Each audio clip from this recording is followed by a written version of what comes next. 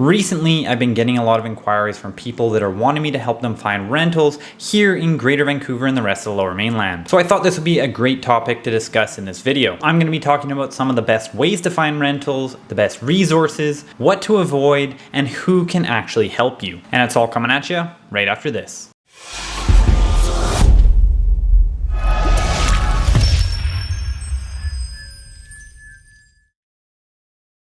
What's going on, guys? Alex Dunbar here from the Dunbar Real Estate Group and RE/MAX Treeline Realty based out of the Surrey Langley areas. And in this video, I'm going to give you a general guide to rentals here in Greater Vancouver. So before I get into it, I just want to make it very clear that I do not help people find rentals. My job as a realtor here in BC only encompasses helping buyers and sellers of homes. In general, here in BC, realtors don't help tenants find rentals like they may in other provinces such as Ontario. But I'll get a little bit more into that in just a minute. Before I go any further, I just want to ask one thing from you, and that's to hit that like button so I can get this video out to more individuals just like yourself who want to learn more about rentals here in Greater Vancouver. Additionally, if this is your first time on my channel, I make weekly real estate videos showcasing community tours across the Lower Mainland, as well as relevant real estate topics here in BC. So if that's something you're interested in seeing more of, I suggest you subscribe to my channel and hit the bell so you're notified whenever I come out with a new video. But getting back into it, as I previously mentioned, realtors here in BC don't typically help tenants find places to rent. Now, there's a couple reasons for this. First of all, we don't really have a centralized system for finding rentals. It's kind of just all over the place. We have recently put in a section of our MLS to allow leases to be showcased on there. However, it's not used by very many people. Additionally, there's typically very little or no compensation for the agents that are helping tenants find leases, whereas these things are typically put in place and more common again in places like Ontario. So unfortunately, because here in BC, there typically is no incentive from landlords for realtors to help tenants find leases, it's just not a very common practice. However, on the other side of things, we do have property managers that do help place tenants into landlords' homes. And in these cases, they're typically compensated for both placing a tenant and then again on a monthly basis. And this is generally based off a percentage of the rental income. But getting back to those of you who are looking for places to rent, if I can't help you and the majority of realtors here in BC can't help you, what should you do? Well, I'm going to provide you with a number of different sites which are the best places to look for rentals, and I will leave links to all of them down in the description so you can go check that out. So there are two primary websites where I would suggest you look. Number one being Craigslist, and number two being Facebook Marketplace. As I mentioned before, unfortunately there isn't really a centralized platform that has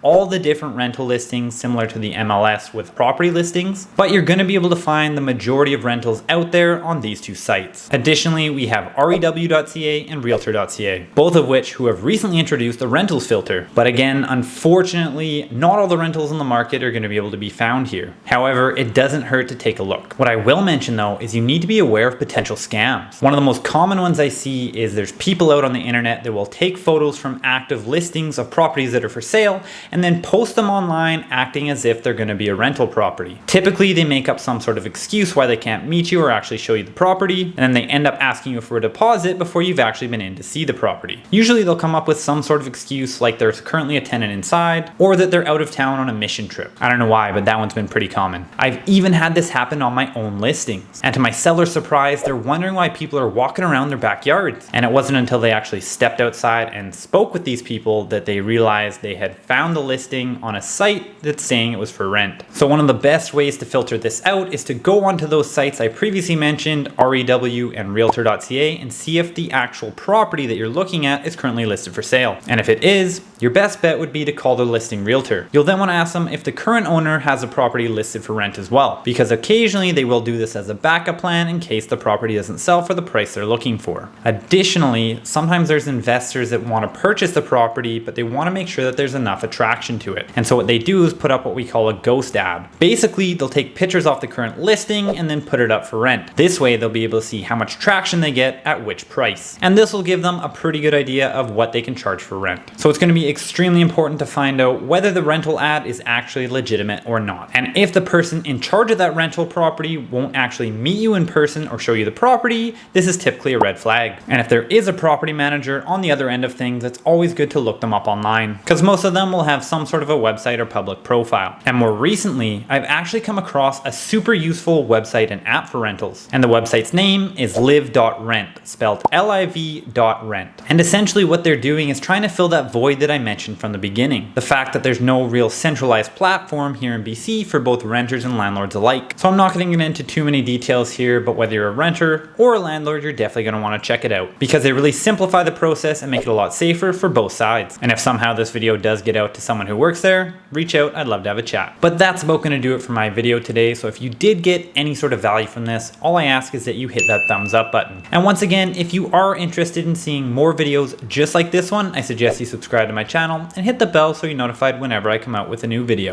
And once again, I just want to reinforce that unfortunately, I don't help people find leases, but I'm hoping that all the tips, resources, and suggestions that I've given you in this video will help you on your way. However, if you are looking to buy or sell in Surrey, Langley, or the rest of the Fraser Valley, I'd be more than happy to chat with you. You can scroll down and hit the first link in the description to book a call with me at your convenience. Additionally, whether you're a landlord or a tenant and you want to learn a little bit more about the tenancy laws here in BC, which vary from other provinces, you're going to want to check out the residential tenancy section on the government website. And once again, I'll leave a link for that down below in the description. There is tons of great information and resources here, and you're going to be able to find pretty much everything you need. And if for some reason you can't, you can always call the residential tenancy branch, and I will put their phone number down below as well. They're always super helpful, and they're going to be able to answer any questions that you may have. Once again, thanks so much for watching, and we'll see you in the next video.